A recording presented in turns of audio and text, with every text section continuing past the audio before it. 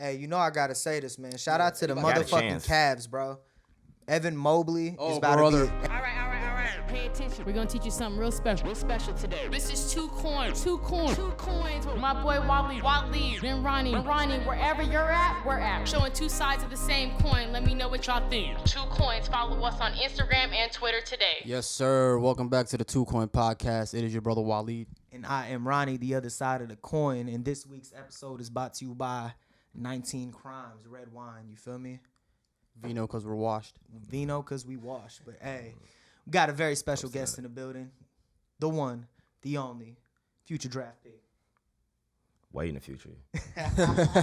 Now we got the homie Marcus on. When they start drafting coaches, I got your boy. Yeah, there you go. Keeping the dream alive. Special teams coach. Yeah. Now we got the boy Marcus in today. You know what I mean? Had to make it happen. So excited. So excited. Hey, real quick, you know what's crazy? So we were talking about it last time, like how nowadays people always just be over here like, man, you got a podcast, when you gonna bring me on, bro? Yeah. So I told this fool that, I was like, man, we gonna get you on. He's like, man, quit capping, bro, with your lied ass. So I'm like, bro, I told you, man, we had to make it happen. I'm just often when things feel too good to be true, usually is, you know. But man came through. Took you a few weeks, months. I mean, I'm glad I didn't hold my breath. We here. But you came through, my boy, and I appreciate you. Hey, hell yeah, appreciate you joining us, man. My pleasure, man. No place else I'd rather be. So let's just get right into it, man. First coin out the bag, as we like to say. Been a pretty big topic since, you know, we last recorded an episode. Whole background behind the Travis Scott and the Astroworld Fest disaster / tragedy. You know, unfortunately, Travis Scott had his second or third Astroworld Festival? I think this might have been his third. Okay. I might be wrong, but I'm pretty sure this is the third annual one. So, yeah, his third annual Astroworld Festival in his hometown of Houston. It's like a 3-day event. The opening night, Travis Scott performed in front of a huge sea of people, as he always does, because he's a big artist. And one thing led to another. And, you know, I think, as we all know, like, Travis Scott shows can get pretty, like, wild. Like, mosh pits everywhere and people throwing bows and all that. Apparently. Yeah. I mean, it's allegedly. This is news. Yeah, and, like, one thing led to another. There was a huge wave of, like, just people just getting smothered, and there were, unfortunately, fatalities. Like, people died. I'm not sure how many. I think it was, like, 8 people. I think it was 8, Yeah, 8 people, and, like, there were hundreds of injuries, though. So it's never something you want to see at a live concert, especially because concerts are something that we all attend, like, frequently. Yeah. So just, I mean, I want to ask both of you guys, and then I'll give you my opinion. But what are your thoughts on this whole situation and tragedy? It's your show, bro. Go ahead and cap it. Start it off. I mean, bro, to be honest with you, man, like, that whole situation, I see a lot of people trying to put blame on Travis for hosting it, and then they trying to say that, oh, it's your concert, you got to be held liable. But it's like, what are you supposed to do when people plan? I think it was, like a mob of 1,000 people that rushed those gates. And then on top of that, somebody running around poking people with a fucking needle trying to get them fucked up. Like, you can't control that as an artist, you know what I mean? Apparently, you can bum rush the Capitol, so I'm not crazy. This don't surprise me at all. Yeah. Like, if you can just bust into the Capitol building and say what's up to the president, I got to think, you know, doing some shenanigans at this concert is probably in the bag for you. But I just can't. First of all, his music is great, but I'm not gonna. I can't see myself just rushing in with all that, you know, to get close to him, whatever your motive was. Hey, but you could have left or held back. Like, it was people who were close to the front that were just getting smothered. Yeah. And I'm just my fight or flight reflexes at that point would be kicking in. Like, this is I'm not feeling safe here, so I need to either take myself out of this or strap on a helmet, you know what I mean, and this is what I'm doing. But I mean, to give a little context though, these people that rushed it, they were like young though, huh? Like 20 and under type thing. Yeah, I mean, most of the crowd was younger people. I think one of the people that was, like, severely injured, it was like a 10-year-old kid, bro. Why are you bringing your? Crazy. I mean, yeah. But like, honestly, I think the most fucked up part about it, and like the reason why like we all feel like some type of way about it and like disturbed by it, is because we all can put ourselves in that situation. Because we've all been in like a packed concert where it's like been a little bit uncomfortable, right? But you're still down to go through that because you want to see your favorite artist, right? And then for you to be like suffocating and in pain and being like, please fucking stop, and then I was gonna get into it, but you delved into it a little bit before. There's been a lot of people on social media like blaming Travis Scott for the whole thing going down. Do you think he deserves some blame or not? Not at all. I mean, I don't think, did he say something like, "Hey, everybody, get to the front. I'm throwing out T-shirt." I don't. If he did something to prompt it in some way, then I could kind of see that. Bro, I feel But like I'm thinking it was really, the vibe is out there. It's a concert. Everyone's out there, just. Well, trying to there's a get in viral video going around on Twitter. There's like a clip of I think while like an ambulance is coming in to like get like some people out of there. Yeah, Travis Scott's like he's looking at the scene and then like he doesn't stop the music. He keeps going. And there's people that are saying, and there are some valid points. They're like, he probably more than likely saw the people that were waving at him to like stop. But I don't know how much of it he can interpret that. How does that not look like yeah, man, versus like it's the same. Like Especially when you that high you can't up hear looking him. down. You know what I mean? Like there's people waving around people. I gotta think. The man's human. I gotta think if he truly saw some amiss, somebody like really needing some. If he really saw that or felt that, he would have said something. He's a human. Yeah. I don't think a man doesn't seem like he's masochist or has any type of evil intentions. I think you just got caught. It's his show. He's probably feeling himself the most.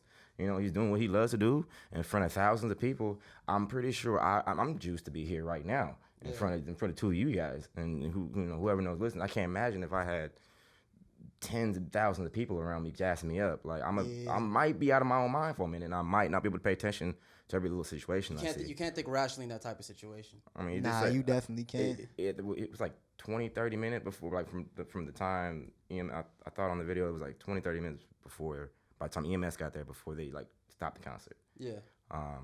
And I was like, that's not I think it could take about that much. I mean, I don't know if we got somebody in his ear or somebody like looking out. Like, I don't even know what the protocol is for something like that. Bro, I'm not gonna lie though. Like something like this doesn't surprise me on the fact that think about how many different concerts there have been. Like, what was that one concert where so many people got infected with herpes like a year or two? Was it Coachella? Wait, I never heard about this. Rewind, bro.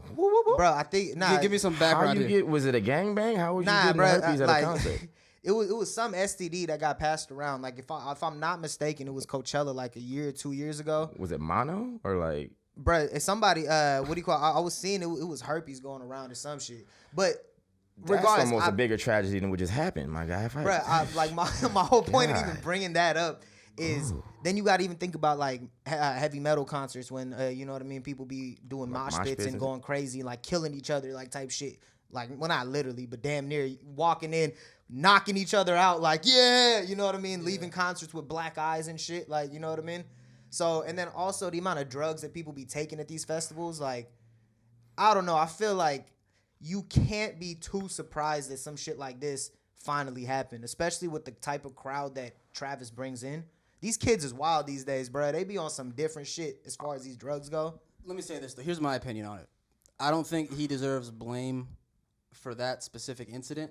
I think he does need to take some accountability though for like almost certainly. Like his whole image and his whole persona is built on his stage presence, and his stage presence is always like rage, go hard, fucking jump the gate, smack, you know what I mean? Yeah. That's always been his thing. And then like, okay, when everybody listens to you and then they do that like en masse, like it's gonna be catastrophic, like disaster, you know what I mean? Facts. So I can't say, like, it's tragic, and prayers to everybody like that was tragically killed and everyone involved, but I can't say with Travis Scott's like track record, and like I know people who have been to Travis Scott concerts, right? So like I've heard firsthand stories of how crazy it can get. Yeah. Like this unfortunately doesn't surprise me, you know what I mean?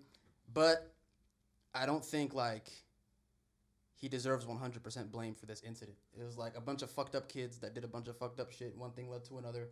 There was miscommunication, whatever. You can blame the venue, and you can blame like the staff there for not doing anything. I was about to say, I don't think you can blame him. You got to blame the venue first, bro. Yeah. That is full responsibility. Because for him, like he didn't know exactly what was going on as he was performing. So like slowing down the music and like getting things to try and calm down has to count for something, right? There was a fire marshal out. Like, I will say this: they gotta have an emergency action plan or something for like these large venues. They gotta have. They have trick people who, if shit hits the fan. Yeah. We're gonna be. How do we operate? How do we get things done? So security at every corner. I'm more concerned. Like, were they over capacity? Were we not? Was EMS and personnel, were they not trained on how to get in and out of these, like I was reading one thing on TikTok from one of the first responders, and they said they took first of all, it took 10 minutes to leave from where their truck was at, just to meander their way into where people were getting hurt at. And it was like so many people that EMS. First of all, I've been an EMT for about 3 years. Yeah. One thing you never do is you never split up. You never leave your partner.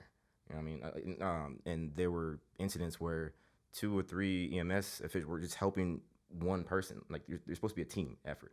Gotcha. You can't really, the way we're taught to give care is with a unit. I need, if I'm doing a certain procedure, if I'm doing CPR, if I'm doing an assessment, I need my backup. I need my person here who's present and able to get certain tools I might need to get ready, or me off the radio for certain other assistants that come in. Like I heard there's a bunch of EMS personnel that were just helping one person and splitting off from their group, and that's something you never taught to do. I feel like also like in the heat of the moment, like you're trained to do one thing, but I think also like it's so hard to get yourself to calm down probably in that type of situation. Where there's so much shit around you, there's so many people around you that need help. You're getting pulled in every which direction. That's your. I get that, but that's our. We have procedures and protocols to go through to limit that. And the biggest thing, actually, I use this in my life, not just for for medicine, but just in my life. One of my training officers was like, look, people are, you're going to be part of people's life on one of their worst days of their life. All right, this is their emergency. Don't make their emergency your emergency. You're there to comfort them and help them in the situation. If you let yourself become too attached, or you let yourself become, too enthralled with the situation where you can't do it, you're not helping anything. You're not doing anything to fix this. So, a lot of that might be, a lot of this could have been maybe prevented if there was a better emergency action plan, if there might have been a little bit better training. But I'm flabbergasted really how this happened. I can almost see maybe how a young 10-year-old could pass, but there was a couple of dudes, grown men, that were trampled or smothered, and I'm trying to wrap my head around the physics, how pressed up, how. I mean, bro, I'm amazed really by how this happened.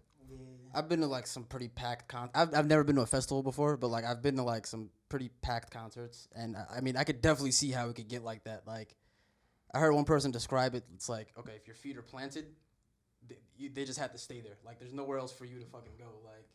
See, bro, and I get that, but that's not being. You're just packed together like sardines, wow. Bro. Bro, I could never do that, bro. Because even the concerts that I've been to, I've always been that type of person.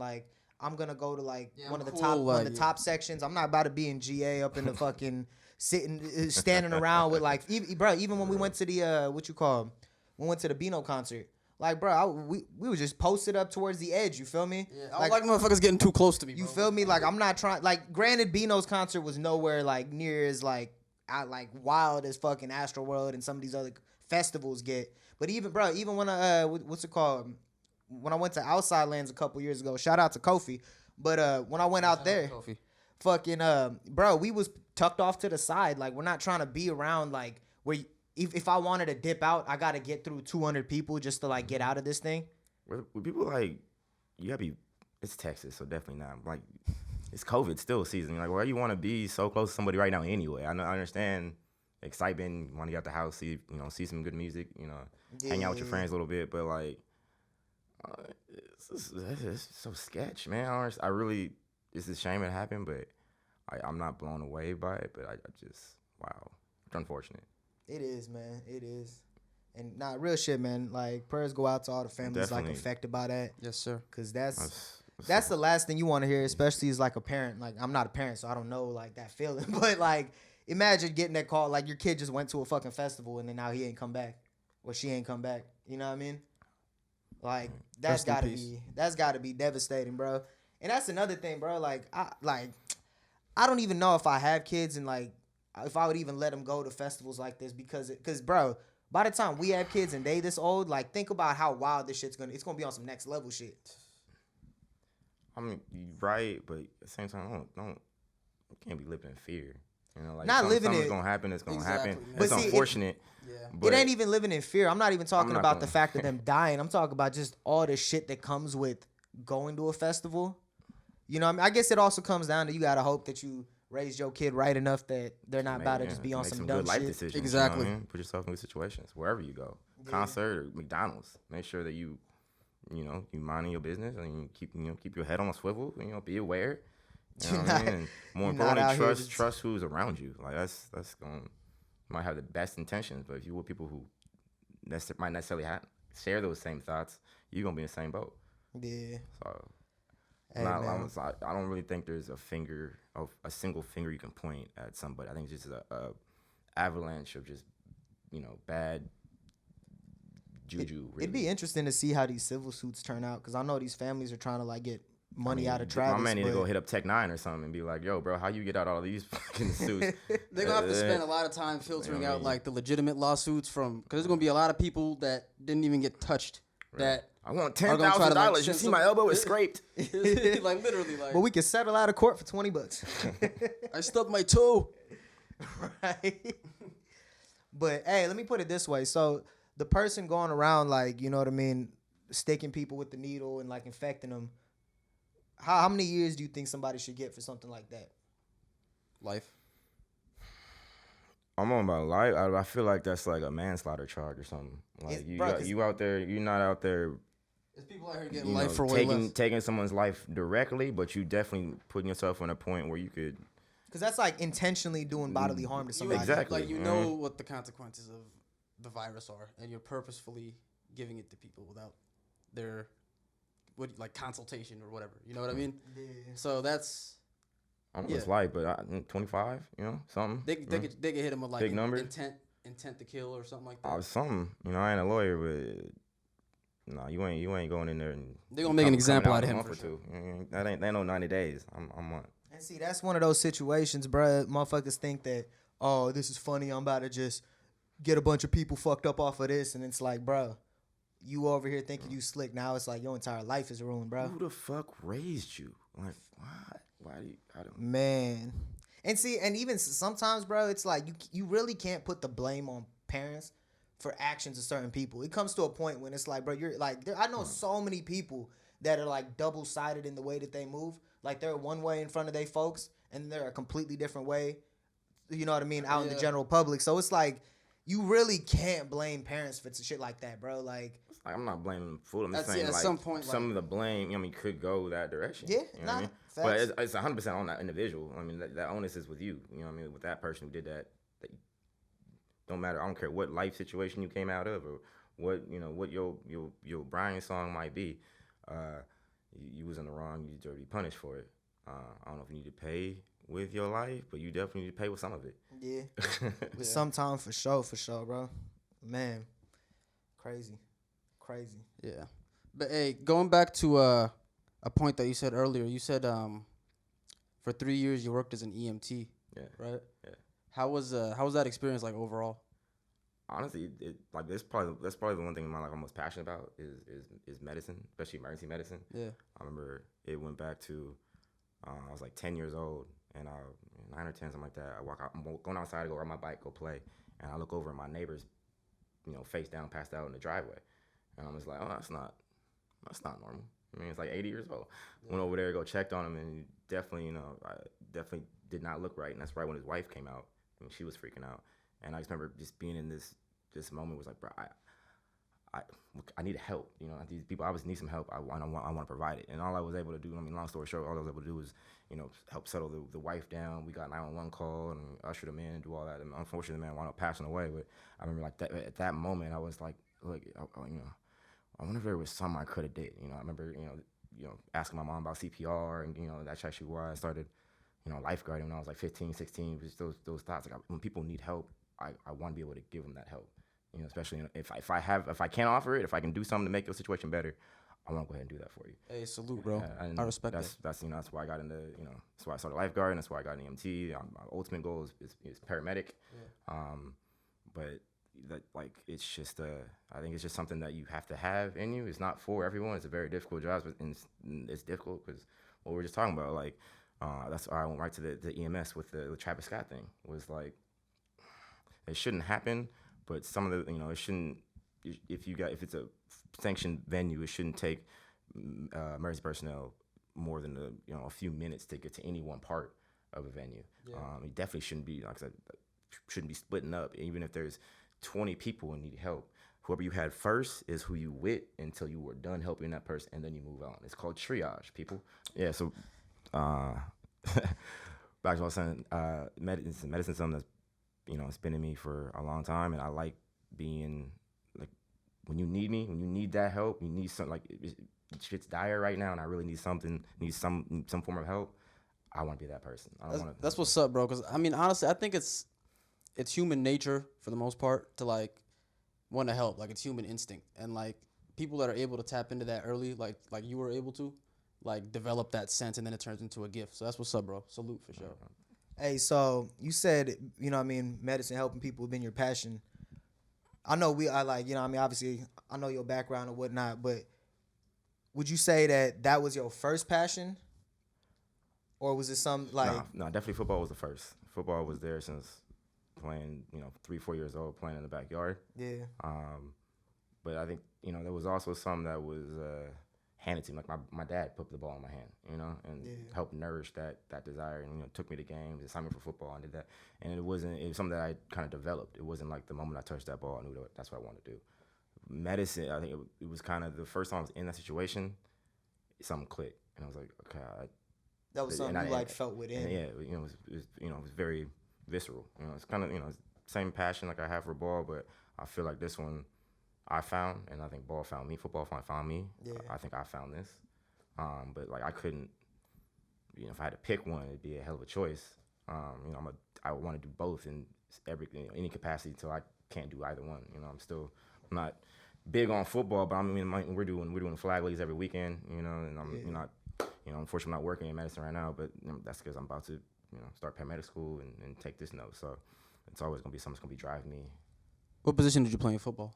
Played them all, but mainly high school, offense, running back, and then college, switched over to DB. For sure. And so this football journey, you said took in college. What college you end up? So I did a nice little tour. Okay. So I graduated MA. Manhattan High School, 2006. From there, went to Chaffee College in Los Angeles. Okay. Which is like middle learning JC. Okay. And then got a call that my coach was connected to Pete Carroll, who was a coach at USC at the time. And I lived in LA, so I was like, you know what, I'm gonna give this a try. I'm pretty decent. I don't have the greatest tape. But I already knew if I can just walk on, I could probably make this school. That was my goal. I'm small, I'm not getting a lot of clout, but if I can at least get in this school and somehow make it to that that scout team workouts, I could probably make this. And that's really what first big step was, getting into college. That was the biggest part of it. But I was able to be there. I was there for since 2000. Got in there 2008 and 2009. Got hurt. Actually, never, not that big a guy. Never actually played. I was always on scout team and developmental squads and everything like that. Taking gray shirt my first year, then red shirted my second year, and so I wanted to come back with I had 1 or 3 years availability left at that point. So I wanted to come back for I guess that'd be my red shirt sophomore season. I wound up tearing my Achilles. Hey, real quick, for the people that don't know, like, what's the difference between gray shirt and red shirt? So there's a lot of so you have eligibility, right? Everybody knows you go to college, you got 4 years eligibility. But there's ways to slow down that eligibility. So the moment you enroll in school and get above 12 units, that's your clock starts ticking. So there's 2 ways to go about it. You can either gray shirt, which basically means you're taking less units. So I think it was 12 or 14 units you had to take to be considered like a full-time student, which would get your clock started. I only took like 8 units my first year. That way, that keeps me under that 12. I forget if it's like a 12 or 14 unit restriction. So if I'm under that, technically you're not using the eligibility. And then red shirt is the same thing, except you're allowed to take 12 units, but you want to get 1 red shirt year. You can gray shirt 2 or 3 times really, until your clock starts. You want to get 1 red shirt. But usually most people, it's actually a really common thing. That's why you get seniors that are like, 23, 24, 25 years old, because they were using, they either got medical, they either had a medical issue that saved them some time, or they red shirted, or they gray shirted, some kind of variation of all of it. I mean, because it's very competitive, and you want to get those 4 opportunities. You don't want to use one if you're not either, in my case, not going to play, or in other cases if like you're hurt. And that's actually why I wound up leaving, was because I was going to have to miss a year completely, and it would go against my clock. So I already used my gray shirt. They only gave me 1 gray shirt opportunity at that school, and I already used my red shirt. So there's like a tactical way to go about it. It's a lot of strategy. Yeah. There's a lot of strategy, and that's also why people go to JC versus a 4-year off the jump, because it's all about. I mean, it's all about. Of course, you want to make it to that top tier university. That you want to if you have thoughts of going pro or thoughts of taking this farther than college, that's really where you need to be to get the most exposure. Yeah. But there's so many ways to go about it. You can do it that. You can go through JC. A lot of people go through JC. JC has the same rules. You can gray shirt. You can red shirt. Yeah. Of course, it's only 2 years versus 4. Okay. But that does also go against your availability. You go against your eligibility. Yeah. So one thing y'all were talking about off air that I found pretty interesting was you have a connection to Julian Edelman, who's, as most of our viewers know, is an NFL wide receiver for the Patriots. So explain how that connection came to be. And very simple. So, like I said, I went to Menlo Atherton High School, which is in Menlo Park, California. Julian Edelman went to Woodside High School, which is in Redwood City, California. They're touching, but they're 5-10 minutes apart. And Woodside is one of our biggest rivals, so we play them every year in every sport. That's our head-to-head. It's USC, UCLA. That's your Cal, Stanford. That's your 49ers, Raiders. That's where we're coming at with this. Yeah. Lakers, Celtics. So it's a really big deal for both these schools, and it's funny. Because when I went to high school, I don't even know if you guys can see me now. I'm not about 5'7" right now, fully grown. Julian was probably about, maybe about 5'2", 5'4", maybe not 5'2", 5'4". Okay. I don't know if we can show him the tape, but you can see the tape. He showed us My the man tape. is heads below everybody else. Like, we're all, this is a middle road high school. No one's here is 6'5", 300 pounds yet. We're all average students. He was the shortest motherfucker obviously on the field. the small by a lot, the smallest man on the field. And this continued. He played quarterback at the time as well. He's not a wide receiver yet. Still had quarterback dreams. And he was 1 year above me, so I only got to play against him 3 times. And I think his junior year, which my sophomore year, both playing on varsity, he was about the same size, kind of transitioning from playing quarterback to playing like wide receiver, like scat back. It wasn't even like a wide receiver. He was playing like slot receiver or like halfback. Yeah. Their offense was like a lot of motions and things like that. So, but the thing is, the ultimate point why we were talking about this is HGH is a real thing, and I believe it because you guys know Julian Edelman now. You guys are, like I say, just a junior in high school. He's 5'6", 5'5". Now he's 6'2", 200 some pounds. All right, man was 145 pounds soaking wet in high school. So either Kent State has the most insane weight program / player development program that I've ever heard of, or there might have been some substance introduced into his body that may not have started. We're gonna start a dialogue. That I think maybe helped him attain at least the physical attributes that he has today. I'm not clowning on the man's work ethic. I don't care who you are. If you make it to the NFL, you put in some work. Man gained like a foot of height. But for all my people out there who, wish we would have, had a little bit, we had the desire, you had maybe the physical ability, but goddamn, when it comes to genetics, it might have not been there for you. Maybe there's some of these associations, things I'm intrigued. Let me ask you. So out of height, so you said he was a year older than you. So when he left, like the last time you ended up playing him, and then when you seen him in the league, like how shocked were you? Or did you see him in college too playing? I had completely. He was out of my mind. He was out of my head until he got drafted. It might be maybe a little before. I mean, completely out my mind. Never thought about him again. Yeah. And why would you? There's nothing there. I played with so many talented people that I had surefire doubts. I mean, surefire confidence that these guys are going to make it. At least do big things. Yeah. And it's crazy just how life works out on the opposite of that. Because there was one dude on my team. There was no doubt he was going to be pro. He was the best one on our squad, most athletic. Now the man smoking rocks. So, things definitely take a turn, and for him it was just the man, something worked out very drastically for the man, and I'm a little jealous. I want to know, I want some. I want to know where he got it, who gave it to him. Julian, if you're watching, give me the secret sauce. That's it. Hey, give my man the need sauce, the bag. man. Yeah, just a little bit. Hey, you ever play defense in high school?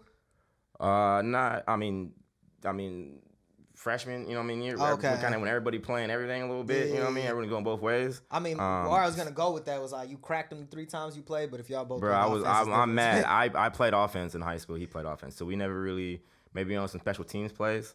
But again, he was quarterback too, so like unless he was in playing quarterback, he wasn't really on the field. Yeah. So he never really got to go head up. Oh my God, I wish we could have. Oh, he said I would have hit Sticky's ass. Wish it wouldn't have mattered. I mean, oh man, yeah.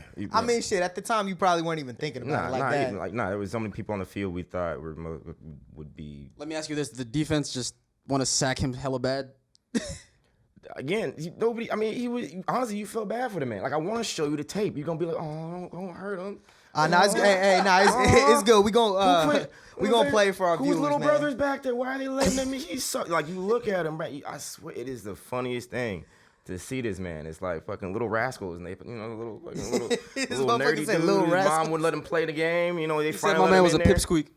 This is a word that could be used. It's a word that could be used. Man, that's now I don't want this shit. I don't want no smoke now. Obviously. Shout out to Julian Edelman. But shout out to Julian Edelman. Hey, missed that the MMA Woodside Finals, bro. Ask me about them. I got some stories for you, dog. Hey, real quick, one thing I did want to ask, going back to your I was about to say UCLA, USC. Don't you dare. Don't you. Hey, I got your USC days. Thank you. How was that experience and that journey? Like, even though you had said like you didn't get much playing time, whatnot, but like still, you know what I mean? You on campus. This is like mid-early 2000s, you know what I mean? First off, this is like, you know what I mean? It's a whole different era. So what was that experience like, you know what I mean? Bro, the amount of, should we just call it opportunity walking around that Hoes is unreal. It's one of the, something you really can't prepare for. Like, we all grew up going to school and, you've been in mass surroundings with, concerts and events, but until you're on a campus with 30,000 people, half of which have vaginas, it's just enriching as a man. You don't even know what to do. I wish I would have spent more opportunity actually like doing the things you're supposed to do in school, like learn and study, and better yourself. But when there's literally I'm telling you, like people think like that's, do not send your kids to college, bro. Like you will waste all that money. Unless you're a really strong like character person. But most of it, especially individuals like on sports teams, football teams, like you have a lot of connections because not necessarily like you have a big web of people that you can kind of refer to, and those people also have people they know. So it felt like there's just always something to do. And it's not go to class. It's go hang out in the quad. It's go to go. There's literally cookouts and like people just like live in their rooms for the most part. Especially like the upperclassmen. The freshman dorms is atrocious. It's like twice the size of this fucking room. I mean, sorry, the half the size of this fucking room.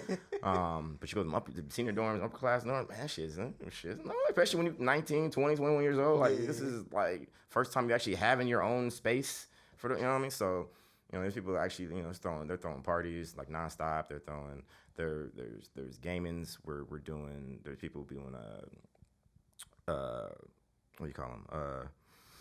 Lines of coke. Yeah, that's and they don't care if they can see you. What I'm trying to say, fucking edit that part out. I can't remember what to say. But it's just there's a lot of things, like if you are an outgoing person and if there's things you want to do, there's literally every opportunity to do it. If we want to learn something, it's there. If you want to go somewhere, it's LA. There's anything you want to do, it's there for you. I mean, you're the heart of downtown as well. So you got, not only you got, the school campus and all their amenities. You're in the middle. You're about 3 miles from Hollywood. You know what I'm saying? Got to. You know what I mean? They got MLK Boulevard right here, which is just is crazy. You're Sunset in the heart District. of LA. You know what I mean? Like it's a lot to give. I think young kids. So respect to the young students out there still doing it. I know it's even more turned up now. It's hard to be responsible with all that at your disposal. You cannot be like I couldn't be. That's nothing why I left. I was also hurt. San Jose but State. I was like, bruh, this place is. I'm good at. I don't know if I'm gonna make it here. San Jose State. It was fun. I love San Jose State, man. But like, at a certain point, you were kind of forced to be responsible. There's only so much you could do. Yeah. USC got to be. And speaking of USC, again, shout out to the homie Kofi, man. Graduated from there. Yeah. You know what I mean? Doing big things. But hey, one last thing that I just wanted to ask, just because you know what I mean. It seems like you was. Well, not it seems, you were at USC around this time. One, what was that environment like coming on, you could say the heels or like, the end of that Reggie Bush, Matt Leinart era? And then also, what was it like, playing for Pete Carroll? Like, again, back to the reason I left, because I was only with him for 1 year. He left and after he left 2010. 2009 was his last year. Damn. So which none of us, knew that. He kept that obviously close to his chest. But that was probably a big let go, because that man, it's serious. Like he really creates a culture, and I don't know if you want to call it a home away from home, but like he's basically like a father figure. Like the man he's so warm. He seemed like a cool ass grandpa. He's sincere. He's warm. He's funny as hell. He loves a joke. High energy. I mean, you see him on the sideline, man. Got to be 75 years old at this point. He's still carrying around like he's 30. Yeah. And he's a tactical genius. He's just a great person. And I can't say that. I was actually, I've been in contact with so many coaches and educators that are there to to help you or to tutor you, but they don't really give a fuck. And they might not even have the knowledge base, but there's so many resources at that school where even a knucklehead like myself can really improve their game, and improve just who they are as a person. And he was a big motivating factor for me to leave when he left. It was a bunch of things, but that man, if he would have stayed, I would have stayed for sure. Damn, for sure. That's what's up, bro. That's what's up. But yeah, hey, touch on that.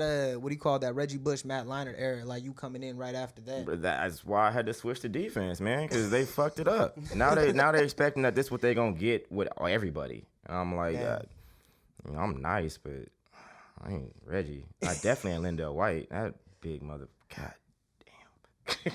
Reggie Bush was crazy in his heyday, bro. Coming on the heels of that. Yeah, that's unfortunate for most people. I gotta think. Actually, I mean, it's a big opportunity. That's some big shoes to fill. The shoes are too big for me, as it turned out. But it's still the experience in general it's definitely molded me to who I am. A big part of who I am today. That's what's up, bro. That's really all you can really. That's all you really want from school. Wherever you go, whatever you're really doing. I mean, you kind of, for the first time, you're coming into your own. You're making your own decisions. You're living off your own passions, your own dreams. You're on your own. I mean, it's that umbilical cord has been seared for the most part. Yeah, I mean, if there's one thing about college, that should turn me into a man. Yeah, quickly. or you realize your limitations very quickly. I know a lot of people who had a lot of shortcomings and it was too much for them. Yeah, it's too much freedom. You can't just give that to everybody. Yep. You got to really, hopefully know yourself. It's hard to know yourself until you got to know yourself, until you're in a situation where you're challenged and in a situation where you're uncomfortable. That's the only way to grow. And you could, take the opportunity and make the best of it and do it like I did. Like I made a lot of bad decisions, but I had a good attitude. So, shout out to everybody still in college. Shout out to everybody. Hey, for real. And enjoy those refund checks while you in school, because they will never be the same. My goodness, getting cashed out on the refund checks in college. My goodness, and FAFSAs. Yeah, that FAFSA check be coming in Yeah, jug. that's a lot. That's a lot. You're 20 years old, like, okay. I was still getting checks. Now they got rank, bro. EDD cards, but you know. That shit was rank. Man, nah, that's But crazy. hey, just before we get out of here, man, just want to jump into our last topic. Another like big story that has been dominating headlines. If you're an NBA fan, is the Jokic and Morris twins little skerfuffle. Was it last night or 2 nights ago? That was last night. Yeah. Yeah. So yeah, last night. Oh no, I'm pretty sure it was 2 nights ago. Was it last night? Either way, Regardless. I saw it on SportsCenter this morning, so it couldn't have been too long ago. the Denver Nuggets were playing the Miami Heat in Miami. They got Markieff Morris in the offseason, who's the Morris twin, who's not the good one. So he comes off the bench. They're already getting blown out by 20. It's the fourth quarter, 2 minutes left. Jokic gets a rebound, boom, dribbles it up the court, and I don't know. The ref blows the whistle for some reason before. Jokic sends the ball all the way down the court, but before he could do that, Markieff just fucking like elbow and knee checks him, which is like, if you watch it on video, it's a dangerous looking play. Facts. But he's like sneaky and sly about it. That's how dirty players roll. Comes out right? of nowhere. He does that, pop, hit For sticks no him, reason. and then just like walks away with his back turned like nothing happened. Jokic, being the reigning MVP, saying, I ain't no bitch, I'm the reigning MVP, motherfucker. He walks past him, fucking tackles him, basically, and sends this dude flying. And they have to bring like a stretcher, which I didn't think he needed. He was able to get up like by himself. That motherfucker was selling it, so Jokic could get suspended. And now we found out Jokic has been suspended for 1 game. So. More is lucky he didn't get the full 2-piece in the biscuit. Like, No. he lucky that's all he got. All that to me, Jokic was completely in the good. Like, I mean, not completely in the good. Like, retaliation, whatever, cool. But it was warranted. It wasn't like it was out of nowhere. My man, Marcus was way out of pocket. Like, I don't know why. Like, I don't know why he would think that would be a smart play on his end. I think if Jokic got suspended, he should at least get fined. He got fined $50K, but like for an NBA player like him, it's like that's nothing. Nah, bruh. I personally think they both should have been suspended. You know what I mean? Yeah, Morris should have definitely been suspended, or at least hit with a 6-figure fine. Like, yeah, not no 50K, bro. 50K is like fucking chump change for them. But I mean, I don't know, man. Like, as the reigning MVP and the leader of your team, you can't take no dirty shit like that, especially if you're already blown them out. And then, honestly, like, the shit that happened afterward, when like, they played it on, like, the big screen, and Jimmy saw it, and then he started barking at Jokic behind, like, 10 security guys. I'm like, bro, that shit is corny. Bruh. Corny as fuck. That's I will say, though. Like, take that shit to the back. Take that shit to the back. Like, hey, but the one thing I will say, but that shit was corny. If anybody is with that shit, it's fucking Jimmy, though, bro. Jimmy would get folded. Yeah. By Jokic, I'm sorry. He's 7 foot. Just because he's unassuming. Butler got to jump up to hit him in his face anyway. Yeah. Like, bro, I mean, I don't know. Jimmy built different. Like, you know what I mean? Obviously, people, like, Jimmy's the one dude I think, like, you know what I mean? I don't think Jokic want to smoke with Jimmy. I don't. Jokic grew up in war-torn Serbia with 2 older brothers that are, like, 15 years older than him. Bro, They're Jimmy grew up on the streets homeless. Hey, man. War-torn Serbia, though? War-torn Yeah. It's still homeless in America. Yeah, I mean, we're not going to compare which I'm situation not. is worse. They're both bad, but if I had to pick one for myself, like, these are your options. You can go to Serbia, and war-torn Serbia. You can go in the hood America. Every time. I'm going with this one. It's not even like I gotta question it. That's a debate for another day. It is. But if the Serbia thing comes with being 7 foot as well, I think about it. I wouldn't mind. That's Hey, but that's shout out to life-changing height. shout out to Jokic's brothers though, man. Those are some motherfuckers that I wouldn't want to smoke with. Yeah. You know what I mean? Like, if they're getting involved, like, you should just chill. Like, Jokic is that little brother that they did everything to make sure that he make it to the league. Because his fucking Jokic's brothers, bro, they look like they, you know what I mean? They was in the streets of Serbia really doing some shit. You feel me? Bro, like, I read somewhere, like, his first 3 years in the league, like, the Nuggets, like, they would road trip across America following the Nuggets wherever they played. And it would just be sitting front row at every game watching Jokic. Why would you not? Like, them niggas got meal tickets for the rest of their lives, bro. Definitely not staying to fucking Serbia if you over here balling out like this. Bro, and on top of that, it's like we said, Jokic 7 foot. Bro, his brother's only like, both his brothers are only like 4 or 5 inches shorter than him. His oldest brother is, like, taller than him. Oh, he is? Yeah. Bruh. Who is they mama? Bruh, have you seen the, like, if you Busting see a out picture with them next to their gargantuan-ass dad? kids. Bro, they dad is only like maybe 5'10". It's 5'11", you know what I mean? Standing around his big ass sons like, yup, I did it. You know what I mean? They came out of my nuts. You got that Serbian HGH. I know what happened. Serbian HGH. I ain't letting that one go, bro. Speaking of NBA fathers, shout out to LeVar Ball. Hey, shout out to LeVar. He spoke that shit into existence, bruh. And you know what's crazy? Bruh. He would have had it all the way right if LaMelo just didn't try to do some dumb shit in China, bro. You know what I mean? I feel like that whole LiAngelo. Yeah, LiAngelo. I'm sorry. I feel like that situation kind of like deviated his career. There was a lot of situations though, like it was growing pains. It was. I mean, bro. And on top of that, you're just not as good as your older or your little brother. But Lonzo looks like. But you still smashing on your dad though. Hey, hey. No matter what you're doing, you want up that motherfucker. It's like Lonzo in Chicago looks like he's finally settling into the NBA. Like he's coming into his own and shit. And LaMelo's gonna be a superstar. I did not expect that from LaMelo. I was looking like what second? What Man, he is second, stupid third? nice. He's nice as hell. He was third, right? Third pick. Second, yeah. It's because he played overseas professionally. Like that was smart. He played in Australia, which is like behind the NBA in Europe. That's the third best league. Like that counts for something. Like, I'm a Laker fan. I'm familiar with his brother, and I'm just like I don't know how you gonna go second.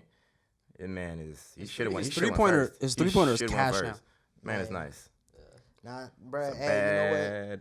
brother. Hey, LeVar called it, bro. And speaking of LaMelo, like I remember when what's his name, Amir put us on, and then we right after that whole 92-point game. Points, like, bro, you're not gonna do that in the NBA. And this motherfucker coming in here playing with that. I think, like you said, bro, playing overseas at that young age, and on top of that, you the youngest of your your two brothers. Like I remember that molds you. in 2015. Like you remember when we had the twins, the basketball players like from Monterey. Like yeah. We had them here with my brother. Like in 2015, our family and their family took a trip to Sac, and we were there like for a night. It just so happened to be that Chino Hills High School was playing some team like in Sacramento at the Sleep Train Arena. Oh right? shit! And okay. it was the year where all three of them were on the same team. Like damn. Lonzo's senior year and LaMelo's freshman year. And damn, they were so you gotta watch that live? The year they were undefeated. I didn't watch it. Like because at that point I didn't really give a fuck. I never heard of them. You know what I mean? Like my brother and the twins were following them from that time. That's their generation. Yeah, they saw them like live when they were all in high school together. That's LaMelo crazy. was like a little pipsqueak and shit. Like man, hey, boy, grown now. You feel me? Dropping buckets, doing his thing. That boy, they're grown in Charlotte, but Chicago gonna be a problem this year, bro. They really is. They really. They got a nice squad. The East is back, man. It is, bro. It's been West. It's been all West with a couple Easters, like in there, you know. East is nice now, bro. East is as thick, maybe even nicer than the West right now. The like NBA West, in general is in a really good spot. It is. It's and you know I gotta say this, bro. There's 20 teams that could, Hey, you know I gotta say this, man. Shout out to the motherfucking Cavs, bro. Evan Mobley is about to be. Hey, Evan Mobley is a superstar in this league. Fight on. Yes, sir. Yeah, so we definitely appreciate you coming on here, bro. My pleasure. You got a quick plug moment, so let the people know where they can find you on social media, and let the people know where they can find you in real life, and whatever else you want, bro. So I'm gonna do this real quick. Next time I come on here, I'm gonna be way cooler. Y'all gonna see this. Y'all gonna know who I am. So like I'm gonna have more to plug. So unfortunately, all I really got for you is my IG. Sir Hyde of Troy, all underscores. Sir _Hyde _ Troy. Fight on Trojans. As for that, you know what I mean? I'm a bartender. You catch me everywhere. I'm over at Pacific Catch, San Jose, managing there, bartending there, and we also gonna be bartending over at the Shark Tank as well. So come get you some shots. Hell yeah! Come Sharks on, support your team, support me. All right, and it was an absolute pleasure to be here. I can't express how much love I'm feeling right now for y'all. Yes, sir. Appreciate making it. a dream come true for you, boy. Definitely need to have you back on, bro. Appreciate that, man. I'm just don't threaten me with a good time, brother. Your personality's built for a podcast. Hey, man, it was you know what I mean? Yeah, for real, bro. Your personality, it was a good pod, bro, because not everybody could just sit there and just chop it up. Yeah. So it was cool hearing, you know what I mean? Sober. Yeah. Facts. Man. All right, but it was a pleasure, guys, and y'all doing great. Y'all doing big things, and I'm happy to be a part of it. Appreciate you, man. Appreciate you for tapping in. But yeah, man, on behalf of the 2 Coin Podcast, it's your brother Waleed signing out. And it's your boy Ronnie. Until next time. Yes, sir. Yeet.